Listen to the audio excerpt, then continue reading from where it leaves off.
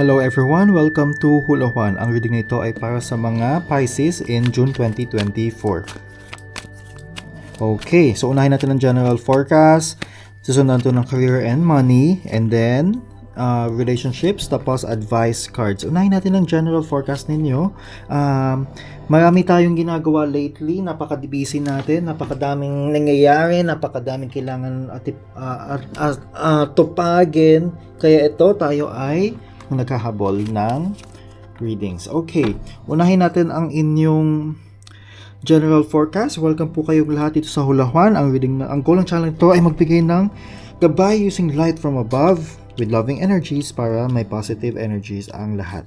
So you have this Six of Swords. Six of Swords is telling me that there might be things that you are going to be moving forward from or parang moving away from.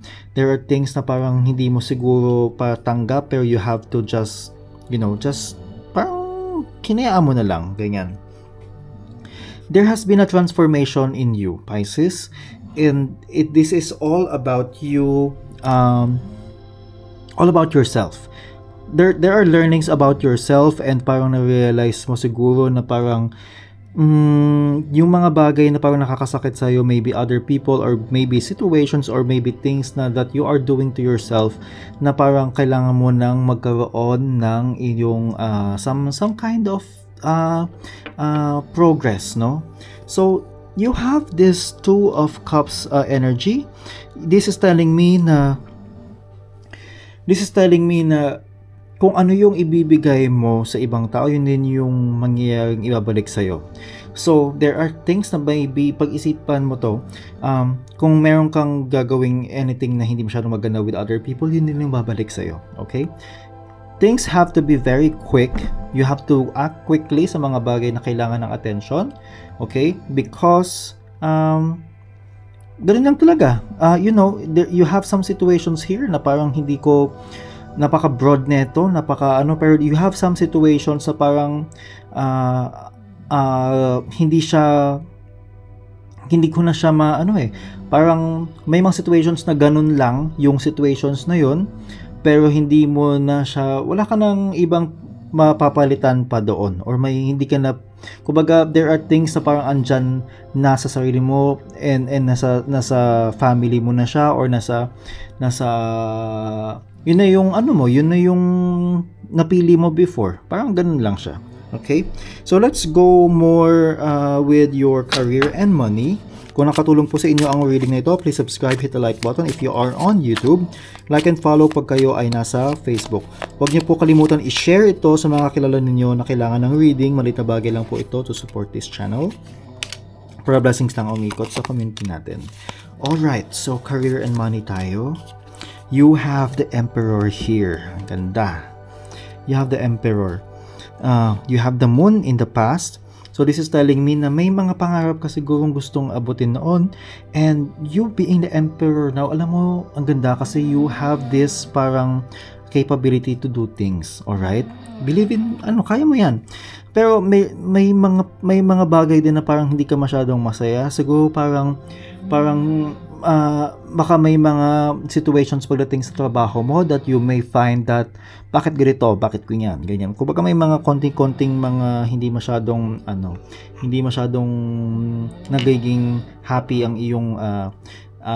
iyong satisfaction, hindi ko masyadong natutuwa, ganyan. So you have to be very siguro, you have to see now kung ano yung mga bagay na yun.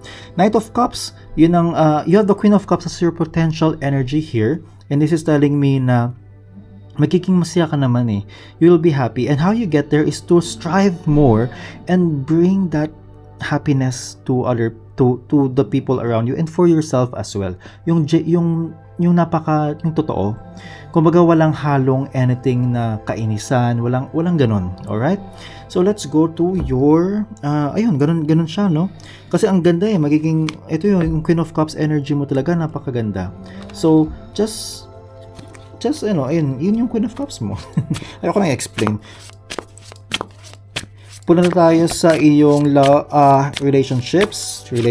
Pagdating sa relationships, there are things na kailangan mong pag-isipan right now.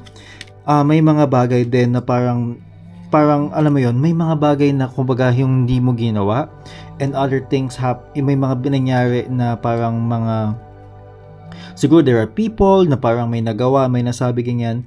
These are all part of your karma or part of your things na parang kumbaga wala, yung universe ang nagdesisyon para sa iyo, ganyan. Ayun. But there are things na parang kailangan mo pag-isipan ngayon because may mga potential na parang hindi ka masyadong maging masaya when it comes to your relationships. There are things na parang hindi na medyo kulang yung feeling nito sa akin. Alright? So anong advice sa'yo? Advice sa'yo is the Two of Discs. Baka may marami sa inyo is kulang ng pakiramdam or kulang ng connection when it comes to your family or when it comes to those things na parang nagko-connect sa iyo kung saan ka ba talaga galing, kung sino yung mga taong nagbibigay sa iyo ng comfort nung bata ka, or kung gaano kalakas yung connection mo when it comes to those happiness, no, when it comes to your childhood.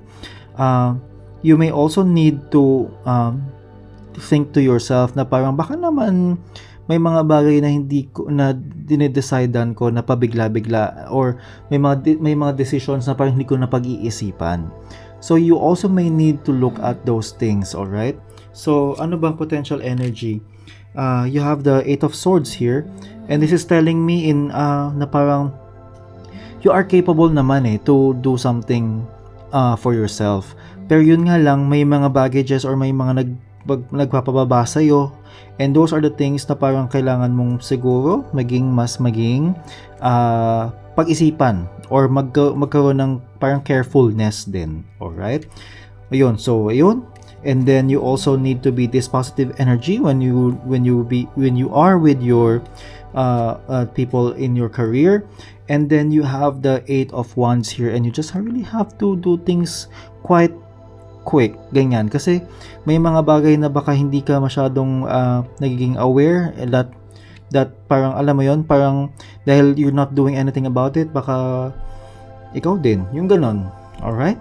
So, yan ang forecast mo for this month. Subscribe on YouTube and follow Hula Juan on Facebook para every month may abangan kang forecast for your sign. Always remember, sa lahat ng gagawin mong desisyon, dapat mabuti ang iyong intensyon. See you sa next reading.